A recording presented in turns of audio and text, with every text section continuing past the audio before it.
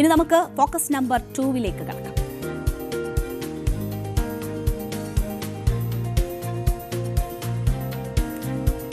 എന്താണ് നടി ആക്രമിക്കപ്പെട്ട കേസിൽ നമ്മൾ കണ്ടത്? പ്രതികൾക്ക് അനുകൂലവും അതിജീവിതമാർക്ക് ഭയപ്പെടുത്തുന്ന ഇടവുമായി നമ്മുടെ കോടതികൾ മാറുന്നുവോ? ദിലീപ് കേസിലെ അതിജീവിതയുടെ തുറന്നു പറച്ചിലുകൾ ഈ സംശയം ജനിപ്പിക്കുമ്പോൾ രാഹുൽ മാങ്കൂട്ടത്തിൽ ഉൾപ്പെട്ട ലൈംഗിക പീഡന കേസിൽ പ്രതിക്ക് അനുകൂലമായ സാഹചര്യങ്ങൾ കോടതിയിൽ സൃഷ്ടിക്കപ്പെടുകയാണ് ആവർത്തിച്ച്. യുവതിയെ ബലാത്സംഗം ചെയ്യുകയും നിർബന്ധിച്ച് ഗർഭഛിദ്രം നടത്തുകയും ചെയ്തെന്ന കേസിൽ രാഹുൽ മാങ്കൂട്ടത്തിൽ MLA-ക്കെതിരായ അറസ്റ്റിനുള്ള വിലക്ക് കോടതി നീട്ടിയിരിക്കുകയാണ്. രാഹുൽ മാങ്കൂട്ടത്തിനെതിരെ ബലാത്സംഗ പരാതി നൽകിയ പെൺകുട്ടിയെ സമൂഹ മാധ്യമങ്ങളിലൂടെ അധിക്ഷേപിച്ചതിന് അറസ്റ്റിലായ രാഹുൽ ഈശ്വറിനും ഒടുവിൽ ഇന്ന് ജാമ്യം കിട്ടിയിരിക്കുകയാണ്. എന്താണ് ഈ രണ്ട് കേസുകളിലും രണ്ടുപേരുടെയും കേസുകളിൽ സംഭവിച്ചത് എന്നതാണ് നമ്മൾ ഈ ഫോക്കസ് 2 നോക്കുന്നത്. രാഹുൽ മാങ്കൂട്ടത്തിനെതിരായ ആദ്യ കേസിൽ വ്യാഴാഴ്ച വരെയാണ് വിലക്ക് നീട്ടിയിരിക്കുന്നത്. കേസിൽ മുൻകൂർ ജാമ്യം തേടിയുള്ള രാഹുലിന്റെ ഹർജി അന്ന് പരിഗണിക്കാനും ജസ്റ്റിസ് K. ബാബുവിന്റെ ബെഞ്ച് തീരുമാനിച്ചിട്ടുണ്ട്. കേസിൽ വിശദമായി വാദം കേൾക്കണമെന്ന് വ്യക്തമാക്കിക്കൊണ്ടാണ് കഴിഞ്ഞ ദിവസം കോടതി രാഹുലിന്റെ അറസ്റ്റ് താൽക്കാലികമായി വിലക്കിയത്. തുടർന്ന് ഇന്ന് കേസ് പരിഗണിച്ചപ്പോൾ കേസ് വ്യാഴാഴ്ച വാദത്തിനെടുക്കും എന്ന് തീരുമാനിക്കുകയായിരുന്നു.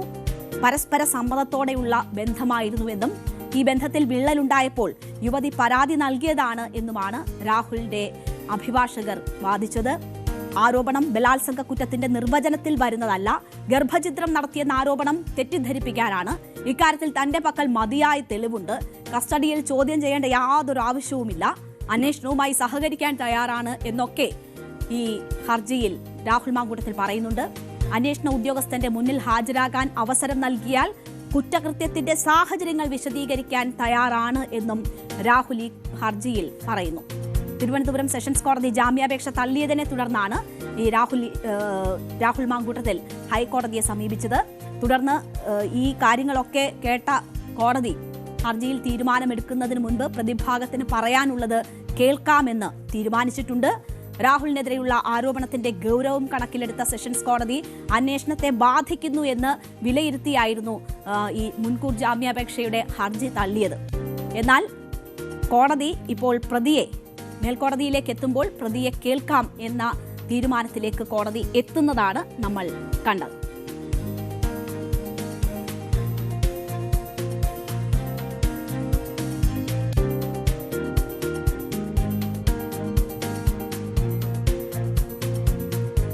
ഇനി രണ്ടാം കേസിലും രാഹുൽ മാങ്കൂട്ടത്തിൽ ആശ്വാസമാണ്. രണ്ടാമത്തെ ബലാത്സംഗ കേസിൽ രാഹുൽ മാങ്കൂട്ടത്തിന്റെ മുൻകൂർ ജാമ്യം അനുവദിച്ച തിരുവനന്തപുരം സെഷൻസ് കോടതി വിധിക്കെതിരായി സർക്കാർ അപ്പീൽ പോയിരുന്നു.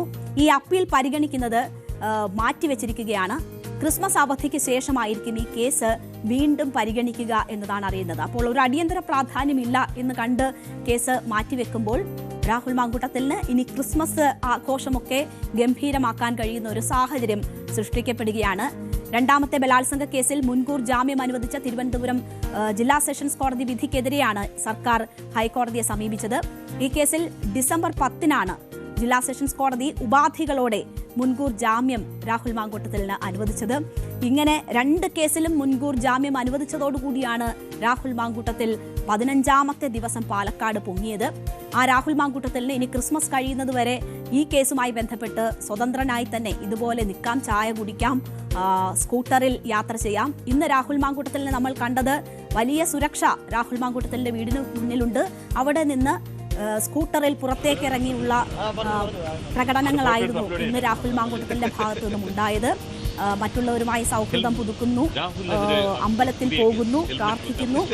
ഹെൽമറ്റ് MLA-ക്ക് ബാധകമല്ലായിരിക്കാം, അല്ലെങ്കിൽ ലൈംഗിക ആരോപണ നേരിടുന്ന വ്യക്തികൾക്ക് ഹെൽമറ്റ് ബാധകമല്ലായിരിക്കും. ഹെൽമറ്റ് ഒന്നും വെക്കാതെയാണ് എന്തായാലും സ്കൂട്ടർ ഓടിച്ച് പോകുന്നത് നമ്മൾ കാണുന്നത്. എന്തായാലും രാഹുൽ മാങ്കൂട്ടത്തിൽ ഇങ്ങനെ പോകാനുള്ള സാഹചര്യം, ഇങ്ങനെ സ്വതന്ത്രനായി ജീവിക്കാനുള്ള സാഹചര്യം ഇപ്പോൾ എന്തായാലും കോടതികൾ കൂടി ഒരുക്കി നൽകുകയാണ്. രണ്ടാമത്തെ കേസ് നമുക്കറിയാം, വളരെ ഗൗരവമുള്ള കേസായിരുന്നു. ബലാത്സംഗ ആരോപണമാണ് 23 വയസ്സുള്ള ബംഗളൂരുവിൽ താമസിക്കുന്ന യുവതി ഉയർത്തിയത്. വിവാഹ വാഗ്ദാനം നൽകി ഹോം സ്റ്റേയിൽ കൊണ്ടുപോയി അതിക്രൂരമായി ബലാത്സംഗം ചെയ്തു എന്നതാണ് ആ പരാതിയിൽ പറഞ്ഞിരുന്നത് അത് അങ്ങേയറ്റം ക്രൂരമായി ബലാത്സംഗം ചെയ്തു എന്നതായിരുന്നു സൂചിപ്പിച്ചത്. ദേഹമാസകലം പരിക്ക് പറ്റി. അതിനുശേഷം വീട്ടിൽ ഉപേക്ഷിച്ച് ഇവർ മുങ്ങുകയായിരുന്നു. പിന്നീട് യാതൊരു തലത്തിലും കോണ്ടാക്ട് ചെയ്തില്ല. പാനിക് അറ്റാക്ക് ഉണ്ടായിട്ടും ബലാത്സംഗം തുടർന്നുകൊണ്ടേയിരുന്നു തുടങ്ങിയ കാര്യങ്ങൾ ആ പരാതിയിൽ ചൂണ്ടിക്കാട്ടിയിരുന്നു. പിന്നീട് ആ കുട്ടി അതിൽ നിന്ന് റിക്കവർ ചെയ്യാൻ ശ്രമിക്കുമ്പോൾ 1 മാസത്തിന് ശേഷം വീണ്ടും ലൈംഗിക ചേഷ്ടകൾ അല്ലെങ്കിൽ ലൈംഗിക താല്പര്യം കാണിച്ചുകൊണ്ട് രാഹുൽ വീണ്ടും സമൂഹ മാധ്യമത്തിലൂടെ ബന്ധപ്പെടാൻ ശ്രമിച്ചു. ഗർഭിണിയാക്കണമെന്ന് പറഞ്ഞു തുടങ്ങിയ കാര്യങ്ങൾ ആ പരാതിയിൽ പറഞ്ഞതാണ്. KPCC അധ്യക്ഷന് കിട്ടിയ ആ പരാതി പോലീസിന് കൈമാറിയപ്പോഴാണ് അതിൽ മറ്റ് നടപടികൾ ഉണ്ടാകുന്നത്.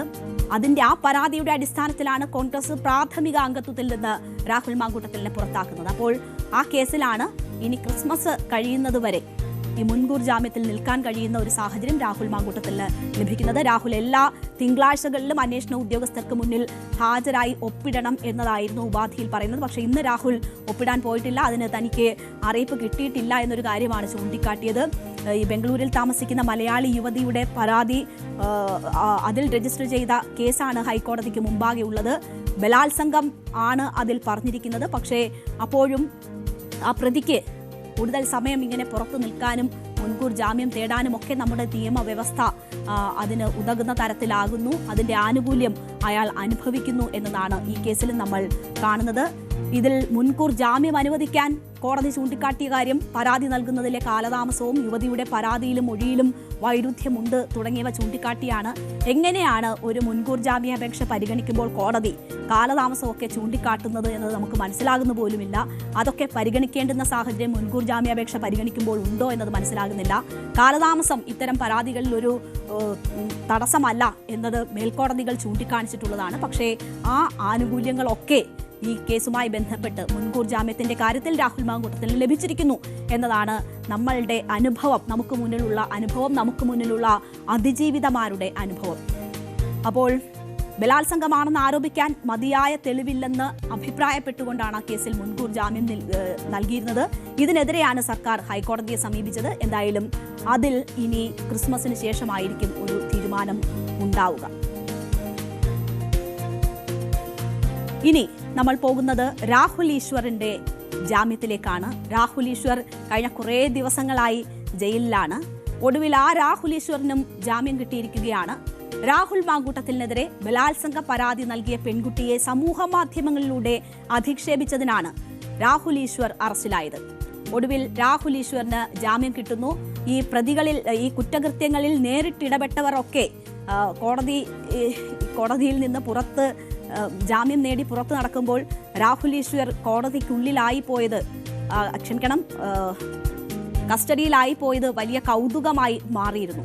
എന്തായാലും ആ രാഹുൽ ഈശ്വറിനും ഇപ്പോൾ നിയമത്തിന്റെ ആനുകൂല്യം ലഭിക്കുകയാണ്. കേസിൽ അറസ്റ്റിലായി 16 ദിവസത്തെ റിമാൻഡിന് ശേഷമാണ് രാഹുലിന് ഇന്ന് ജാമ്യം ലഭിച്ചിരിക്കുന്നത്. അറസ്റ്റിലായ രാഹുൽ ഈശ്വർ റിമാൻഡിലായിരുന്നു. തിരുവനന്തപുരം അഡീഷണൽ സെഷൻസ് കോടതി രാഹുൽ ഈശ്വറിന് ഉപാധികളോടെയാണ് ഇപ്പോൾ ജാമ്യം അനുവദിച്ചിരിക്കുന്നത്. അതിൽ പറയുന്ന ഉപാധി സാക്ഷികളെ സ്വാധീനിക്കരുത്, മറ്റ് കേസുകളിലൊന്നും അകപ്പെടാൻ പാടില്ല തുടങ്ങിയവയാണ്. രാഹുൽ അന്വേഷണവുമായി സഹകരിക്കാത്തതിനാൽ 2 ദിവസത്തെ കസ്റ്റഡി വേണമെന്ന് പ്രോസിക്യൂഷൻ ജാമ്യ ഹർജിയെ എതിർത്തുകൊണ്ട് ആവശ്യപ്പെട്ടിരുന്നു. എന്നാൽ 16 ദിവസമായി റിമാൻഡിലാണ് എന്നത് അറിഞ്ഞുകൊണ്ട് ഒരു തെറ്റും ചെയ്തിട്ടില്ല എന്നുമൊക്കെ രാഹുലിന്റെ അഭിഭാഷകനും വാദിച്ചു. ഇത്രയും ദിവസത്തിന് ശേഷം ഇനി എന്തിനാണ് വീണ്ടും കസ്റ്റഡി എന്നാണ് കോടതി ചോദിച്ചത്. തുടർന്നാണ് രാഹുൽ ഈശ്വറിന് അനുകൂലമായി കേസിൽ വിധി വന്നത്. ജാമ്യം അനുവദിക്കുന്ന സാഹചര്യം ഉണ്ടായിരുന്നു. ഈ കേസിലെ മറ്റൊരു പ്രതി സന്ദീപ് വാര്യരുടെ മുൻകൂർ ജാമ്യാപേക്ഷ നാളെ പരിഗണിക്കുകയും ചെയ്യും. നമുക്കറിയാം, ഈ കേസുമായി ബന്ധപ്പെട്ട് രാഹുൽ ഈശ്വർ നടത്തിയ നാടകങ്ങൾ നിരവധിയാണ്. അതിജീവിതയെ, അത് നടി ആക്രമിക്കപ്പെട്ട കേസിലാകട്ടെ, രാഹുൽ മാങ്കൂട്ടത്തിൽ കേസിലാകട്ടെ, ഇനി പുരുഷന്മാർ ഈ തരത്തിൽ പ്രതിസ്ഥാനത്ത് നിൽക്കുന്ന ഏതൊരു കേസുമാകട്ടെ, അതിൻ്റെ യാഥാർത്ഥ്യങ്ങൾ എന്താണ് എന്ന് മനസ്സിലാക്കിയോ ഇല്ലയോ, എന്തായാലും അതിജീവിതമാർക്കെതിരെ രംഗത്ത് വരിക രാഹുൽ ഈശ്വറിന്റെ പതിവ് സ്വഭാവമാണ്. അതിന്റെ എല്ലാ സീമകളും മറികടന്നുകൊണ്ടാണ് രാഹുൽ മാങ്കൂട്ടത്തിൽ വിഷയത്തിൽ രാഹുൽ ഈശ്വറിന്റെ ഇടപെടലുകൾ ഉണ്ടായത്. സമൂഹ മാധ്യമങ്ങളിലൂടെ, ചാനൽ ചർച്ചകളിലൂടെ വലിയ രീതിയിലുള്ള അധിക്ഷേപം അതിജീവിതമാർക്കെതിരെ ഉന്നയിക്കുകയും അവരുടെ ഐഡന്റിറ്റി വെളിപ്പെടുത്തുന്ന തരത്തിൽ ഇടപെടൽ നടത്തുകയും ചെയ്തതിനെ തുടർന്നാണ് രാഹുൽ ഈശ്വറിനെ അറസ്റ്റ് ചെയ്യുന്ന സാഹചര്യം ഉണ്ടായത്, കേസെടുക്കുകയും അറസ്റ്റ് ചെയ്യുന്ന സാഹചര്യവും ഉണ്ടായത്. അതിനുശേഷം കോടതിയെ പോലും പ്രകോപിപ്പിക്കുന്ന തരത്തിലുള്ള ഇടപെടലുകൾ രാഹുൽ ഈശ്വറിന്റെ ഭാഗത്തു നിന്നും ഉണ്ടായി. അത് കോടതിയെ പോലും ചൊടിപ്പിച്ചോ എന്ന് സംശയം തോന്നുന്ന തരത്തിലാണ് രാഹുലിന് പിന്നീട് അകത്ത് കിടക്കേണ്ടി വരുന്ന സാഹചര്യം ഉണ്ടായത്. അവിടെ നിരാഹാരം കിടന്നുകൊണ്ട് വലിയ രീതിയിലുള്ള നാടകങ്ങൾ രാഹുൽ ഈശ്വർ കാണിക്കുന്നത് നമ്മൾ കണ്ടതാണ്. പുരുഷ കമ്മീഷന് വേണ്ടി വാദിക്കുന്നത് കണ്ടതാണ്.